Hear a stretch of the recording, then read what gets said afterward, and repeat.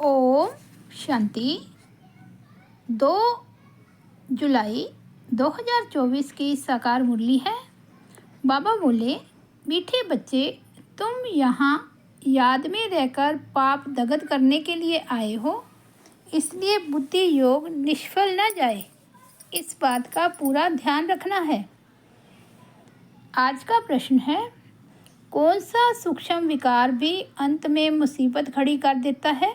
उत्तर है, अगर सूक्ष्म में भी हबच अर्थात लालच का विकार है, कोई चीज़ हबच के कारण इकट्ठी करके अपने पास जमा करके रख दी, तो वही अंत में मुसीबत के रूप में आती है। इसलिए बाबा कहते, बच्चे अपने पास कुछ भी न रखो। तुम्हें सब संकल्पों को भी समेट कर बाप की याद में रहने की आदत डालनी है। इसलिए देही अभिमानी बनने का अभ्यास करो। ओम शांति।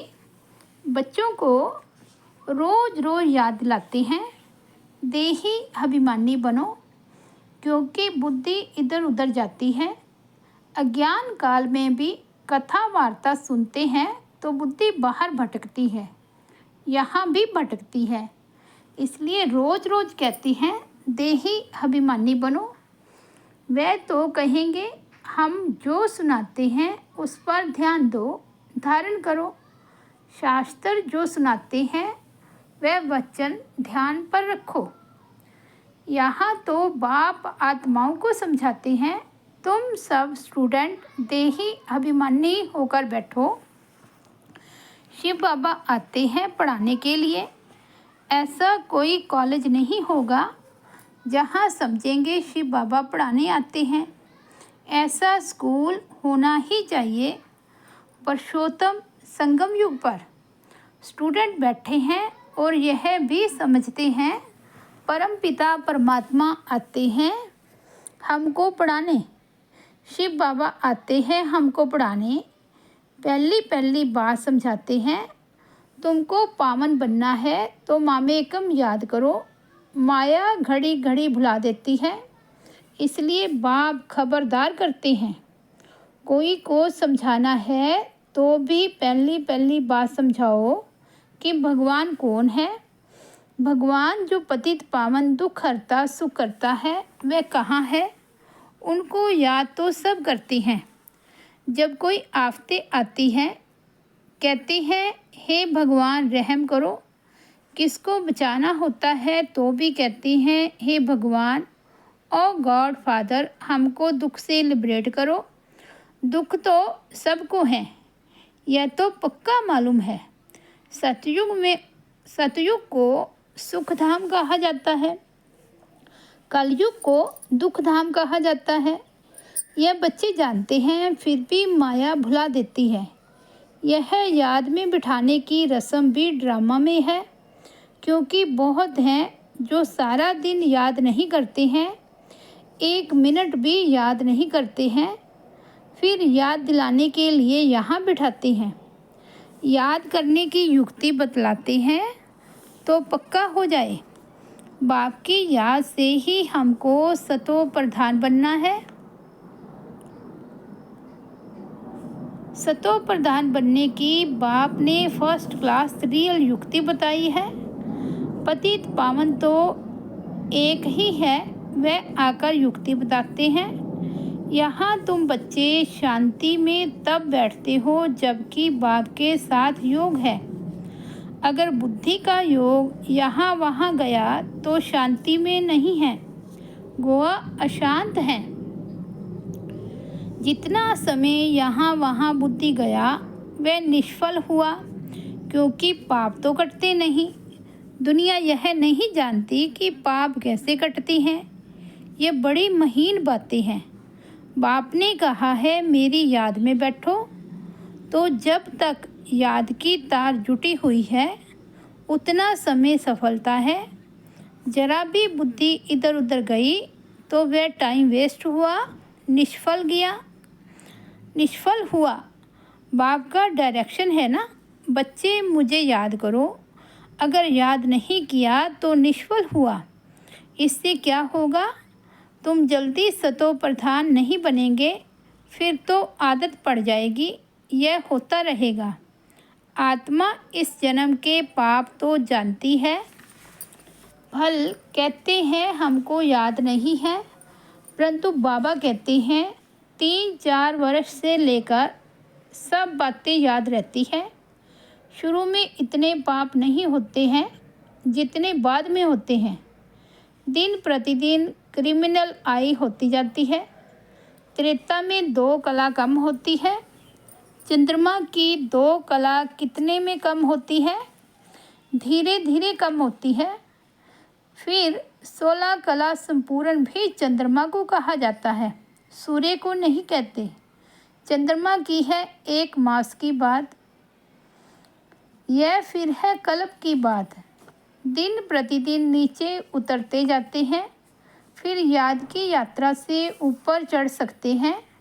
फिर तो दरकार नहीं जो हम याद करें और ऊपर चढ़ें। सतयुग के बाद फिर उतरना है। सतयुग में भी याद करें तो नीचे उतरे ही नहीं। ड्रामा अनुसार उतरना ही है तो याद ही नहीं करते हैं। उतरना भी जरूरी है। फिर याद करने का उपाय बाप ही बतलाते हैं, क्योंकि ऊपर जाना है। संगम पर ही आकर बाप सिखलाते हैं कि अब चढ़ती कला शुरू होती है, हमको फिर अपने सुखधाम में जाना है। बाप कहते हैं अब सुखधाम में जाना है तो मुझे याद करो, याद से तुम्हारी आत्मा सतो प्रधान बन जाएगी।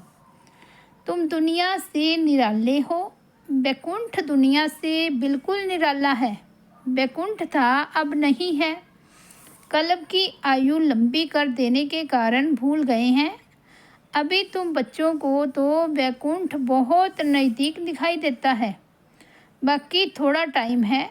याद की यात्रा में ही कमी है, इसलिए समझते हैं अभी टाइम है। याद की यात्रा जितनी होनी चाहिए उतनी नहीं है। तुम पैगाम पहुंचाते हो ड्रामा के प्लान अनुसार। कोई को पैगाम नहीं देते हैं तो गोवा सर्विस नहीं करते हैं। सारी दुनिया में पैगाम तो पहुंचाना है कि बाप कहते हैं मामेकम याद करो। गीता पढ़ने वाले जानते हैं एक ही गीता शास्त्र है जिसमें यह महावाक्य है, परंतु उसमें श्री कृष्ण भगवानों वाच लिख दिया है, तो याद किसको करें? भल शिव की भक्ति करते हैं, परंतु यथार्थ ज्ञान नहीं तो श्रीमत पर चलें। इस समय तुमको मिलती है ईश्वरीय मत, इसके पहले थी मानव मत। दोनों में रात दिन का फर्क है। मानव मत कहती है ईश्वर सर्वव्यापी है, ईश्वर की मत कहती है नहीं। बाप कहती है मैं आया हूँ स्वर्ग की स्थापना करने, तो जरूर यह नरक है। यहाँ 5 विकार सब में प्रवेश है। विकारी दुनिया है, तब तो मैं आता हूँ निर्विकारी बनाने के लिए। जो ईश्वर के बच्चे बने उनके पास विकार तो हो नहीं सकते। रावण का चित्र 10 शीश वाला दिखाते हैं। कभी कोई कह ना सके कि रावण की सृष्टि निर्विकारी है। तुम जानते हो अभी रावण राज्य है, सभी में 5 विकार हैं। सतयुग में है राम राज्य, कोई भी विकार नहीं। इस समय मनुष्य कितने दुखी हैं, शरीर को कितने दुख लगते हैं। यह है दुखधाम। सुखधाम में तो शारीरिक दुख भी नहीं होते हैं। यहाँ तो कितनी हॉस्पिटल्स भरी पड़ी है। इसको स्वर्ग कहना भी बड़ी भूल है। तो समझकर औरों को समझाना है। वह पढ़ाई कोई को समझाने के लिए नहीं है। इम्तिहान पास किया और नौकरी पर चढ़ा, यहाँ तो तुमको सबको पैगाम देना है। सिर्फ एक बाप थोड़े ही देंगे। जो बहुत होशियार हैं उनको टीचर कहा जाता है, कम होशियार हैं तो उनको स्टूडेंट कहा जाता है। तुम्हें सबको पैगाम देना है। पूछना है भगवान को जानते हो? वह तो बाप है सबका। तो मूल बात है बाप का परिचय देना, क्योंकि कोई जानते नहीं। ऊंचते ऊंच बाप है, सारे विश्व को पावन बनाने वाला है। सारा विश्व पावन था, जिसमें भारत ही था। और कोई धर्म वाला कह ना सके कि हम नई दुनिया में आए हैं। वह तो समझते हैं हमारे से आगे कोई होकर गए हैं। क्राइस्ट भी जरूर कोई में आएगा, उनके आगे जरूर कोई थे। बाप बैठ समझाते हैं, मैं इस ब्रह्मा तन में प्रवेश करता हूँ। यह भी कोई मानते नहीं कि ब्रह्मा के तन में आते हैं। अरे ब्राह्मण तो चाहिए जरूर। ब्राह्मण कहाँ से आएंगे? जरूर ब्रह्मा से ही तो आएंगे ना। अच्छा, ब्रह्मा का बाप कभी सुना? वह है ग्रेट ग्रेट ग्रैंडफादर, उनका साकार फादर कोई नहीं। ब्रह्मा का साकार बाप कौन, कोई बतला ना सके। ब्रह्मा तो गाया हुआ है, प्रजापिता भी है। जैसे निराकार शिव बाबा कहते हैं, उनका बाप बताओ। फिर साकार प्रजापिता ब्रह्मा का बाप बताओ। शिव बाबा तो अडॉप्ट किया हुआ नहीं है, यह अडॉप्ट किया हुआ है। कहेंगे इनको शिव बाबा ने अडॉप्ट किया, विष्णु को शिव बाबा ने अडॉप्ट किया है, ऐसा नहीं कहेंगे। यह तो तुम जानते हो, ब्रह्मा सो विष्णु बनते हैं, अडॉप्ट तो हुआ नहीं। शंकर के लिए भी बताया है, उनका कोई पार्ट है नहीं। ब्रह्मा सो विष्णु, विष्णु सो ब्रह्मा, यह 84 का चक्र है। शंकर फिर कहाँ से आया? उनकी रचना कहाँ है? बाप की तो रचना है, वह सब आत्माओं का बाप है। और ब्रह्मा की रचना है सब मनुष्य। शंकर की रचना कहाँ है? शंकर से कोई मनुष्य दुनिया नहीं रची जाती। बाप आकर ये सब बातें समझाते हैं, फिर भी बच्चे घड़ी घड़ी भूल जाते हैं। हरेक की बुद्धि नंबरवार है ना। जितनी बुद्धि उतनी टीचर की पढ़ाई धारण कर सकते हैं। ये है बेहद की पढ़ाई। पढ़ाई के अनुसार ही नंबरवार पद पाते हैं। भल पढ़ाई एक ही है, मनुष्य से देवता बनने की, परंतु डिनेस्टी बनती है ना। यह भी बुद्धि में आना चाहिए कि हम कौन सा पद पाएंगे। राजा बनना तो मेहनत का काम है। राजाओं के पास दास दासियाँ भी चाहिए। दास दासियाँ कौन बनते हैं, यह भी तुम समझ सकते हो। नंबरवार पुरुषार्थ अनुसार हरेक को दास दासियाँ मिलती होगी। तो ऐसा नहीं पढ़ना चाहिए जो जन्म जन्मांतर दास दासी बने। पुरुषार्थ करना है ऊंच बनने का। तो सच्ची शांति बाप की याद में है। जरा भी बुद्धि इधर उधर गई तो टाइम वेस्ट होगा, कमाई कम होगी, सतो प्रधान बन नहीं सकेंगे। यह भी समझाया है कि हाथों से काम करते रहो, दिल से बाप को याद करो। शरीर को तंदुरुस्त रखने के लिए घूमना फिरना यह भी भले करो, परंतु बाप बुद्धि में बाप की याद रहे। अगर साथ में कोई हो तो झरमुई झगमुई नहीं करनी है। यह तो हर एक की दिल गवाही देती है। बाबा समझा देते हैं, ऐसी अवस्था में चक्कर लगाओ। पादरी लोग जाते हैं एकदम शांत में। तुम लोग ज्ञान की बातें सारा समय तो नहीं करेंगे।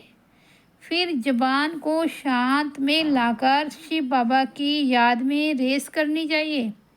जैसे खाने के समय बाबा कहते हैं, याद में बैठकर खाओ, अपना चार्ट देखो। बाबा अपना तो बताते हैं, फिर हम भूल जाते हैं। कोशिश करता हूँ, बाबा को कहता हूँ, बाबा हम पूरा समय याद में रहूँगा। आप हमारी खांसी बंद करो, शुगर कम करो। अपने साथ जो मेहनत करता हूँ वह बताता हूँ, परंतु मैं खुद ही भूल जाता हूँ, तो खांसी कम कैसे होगी। जो बातें बाबा के साथ करता हूँ वह सच सुनाता हूँ।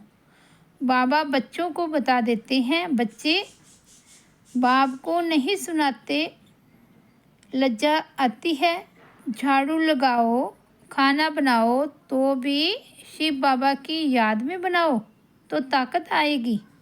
यह भी युक्ति चाहिए, इसमें तुम्हारा ही कल्याण होगा।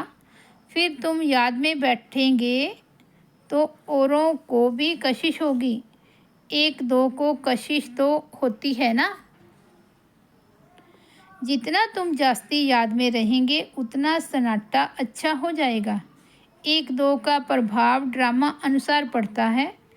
याद की यात्रा तो बहुत कल्याणकारी है, इसमें झूठ बोलने की दरकार नहीं। सच्चे बाप के बच्चे हैं तो सच्चा होकर चलना है।